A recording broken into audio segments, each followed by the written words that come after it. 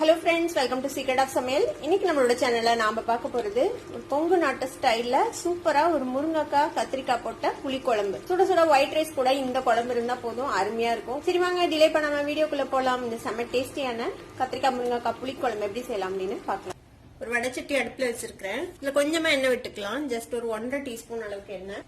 இதுல ஒரு 20 சின்ன வெங்காயம், இல்லைன்னா பாதி சின்ன வெங்காயம் பாதி பெரிய வெங்காயம் போட்டுக்கலாம். நான் பாதி சின்ன வெங்காயம் பாதி பெரிய வெங்காயம் போட்டிருக்கிறேன். இந்த அளவுக்கு எடுத்துக்கோங்க. ஒரே ஒரு குட்டி தக்காளி, இது ஒரு நல்ல கலர் கொடுக்கும் இந்த குழம்புக்கு, அதுக்காக. அதே மாதிரி 1 டீஸ்பூன் பொட்டுக்கடலை, இது எல்லாத்தையும் எண்ணெயில போட்டுக்கலாம். இது லேசா செவக்க வரைக்கும் நம்ம வதக்கிக்க போறோம். இது கூடவே கொஞ்சமா கருவேப்பிலையும் சேர்த்திக்கோங்க. பாத்தீங்கன்னா தெரியும், லேசா செவந்துச்சு. இந்த அளவுக்கு செவந்து வதங்கினா போதும். நம்ம அடுப்பு ஆஃப் பண்ணிடலாம். இது கொஞ்சம் ஆறட்டும். இப்ப நம்ம வதக்கினதை ஒரு மிக்சி ஜார்ல போட்டாச்சு. இதுல ஒரு 1/4 டீஸ்பூன் மஞ்சள் தூள் சேர்த்துக்கோங்க. குழம்பு மிளகாய் தூள் ஒரு 3 டீஸ்பூன் அளவுக்கு நான் சேர்த்த போறேன். உங்ககிட்ட குழம்பு மிளகாய் தூள் இல்லைன்னா அதுக்கு பதிலா 2 டீஸ்பூன் மல்லித்தூளும் 1 டீஸ்பூன் மிளகாய் தூளும் சேர்த்திக்கோங்க.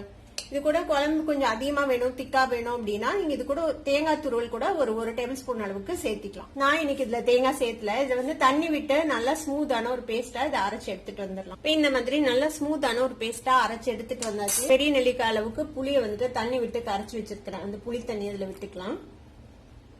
நல்லா கலந்து வச்சுக்கோங்க. இது இருக்கட்டும். நான் ஒரு 5 கத்திரிக்காவும் 1 முருங்கைக்காவும் இந்த மாதிரி வெட்டி தண்ணிக்குள்ள போட்டு வச்சிருக்கிறேன். நீங்க முருங்கைக்காய் அதிகமா வேணும்னாலும் நீங்க போட்டுக்கலாம். அதே மாதிரி தாளிக்கிறதுக்கு கொஞ்சமா வெங்காயம், கருவேப்பிலை, ஒரே ஒரு வரமிளகாய் எடுத்து வச்சிருக்கேன். ஒரு வடைச்சட்டி அடுப்புல வச்சிருக்கிறேன். இதுல எண்ணெய் விட்டுக்கலாம். கொஞ்சம் ஒரு டேபிள் ஸ்பூன் அளவுக்கு எண்ணெய் விட்டுக்கோங்க. எண்ணெய் சூடானதும் கொஞ்சமா கடுகு சேர்த்திக்கலாம். இப்ப கடுகு வெடிக்குது. தாளிக்கு எடுத்து வச்சிருக்கிறேன். இந்த வெங்காயம், கருவேப்பிலை, வரமிளகாய் சேர்த்திக்கோங்க. வெங்காயத்தை லேசா வதக்கி விடலாம்.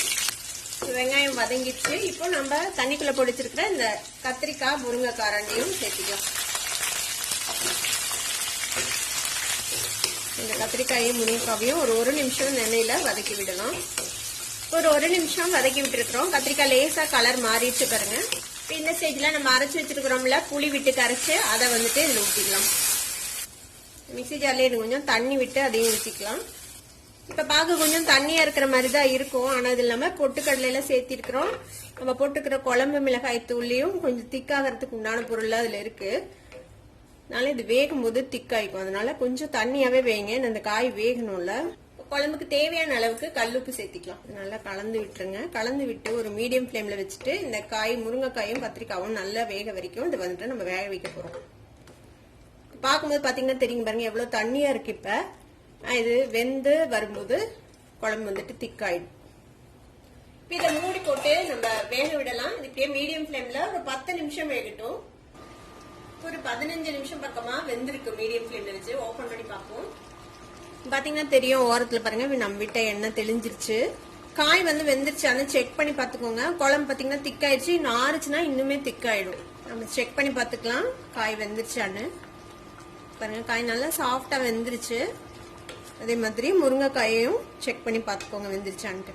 அவ்வளவுதான், நம்மளோட கொங்கு நாட்டு ஸ்டைல்ல ஒரு முருங்கைக்காய் கத்திரிக்காய் போட்டு ஒரு புளிக்குழம்பு சூப்பரா ரெடி ஆயிடுச்சு. நல்லா சுட சுட சாதத்தோட இது போட்டு சாப்பிட்டா வேற எதுவுமே தேவையில்லை. அவ்வளவு சூப்பரா இருக்கும். தேவைப்பட்டா கொஞ்சமா நெய் விட்டு சாப்பிடலாம். ரொம்ப நல்லா இருக்கும். ட்ரை பண்ணி பாருங்க. ட்ரை பண்ணி பார்த்துட்டு எப்படி இருந்தது அப்படின்னு எனக்கு கமெண்ட்ஸ்ல ஃபீட்பேக் கொடுங்க. இந்த வீடியோ உங்களுக்கு பிடிச்சிருந்ததுன்னா சப்ஸ்கிரைப் பண்ணுங்க. பக்கத்துல இருக்கிற பெல் ஐகானை கிளிக் பண்ணுங்க. அப்பதான் ஃபியூச்சர் நோட்டிபிகேஷன்ஸ் உங்களுக்கு உடனே சேரும். லைக் பண்ணுங்க, ஷேர் பண்ணுங்க. தேங்க்யூ ஃபார் வாட்சிங் this video viewers. Bye bye.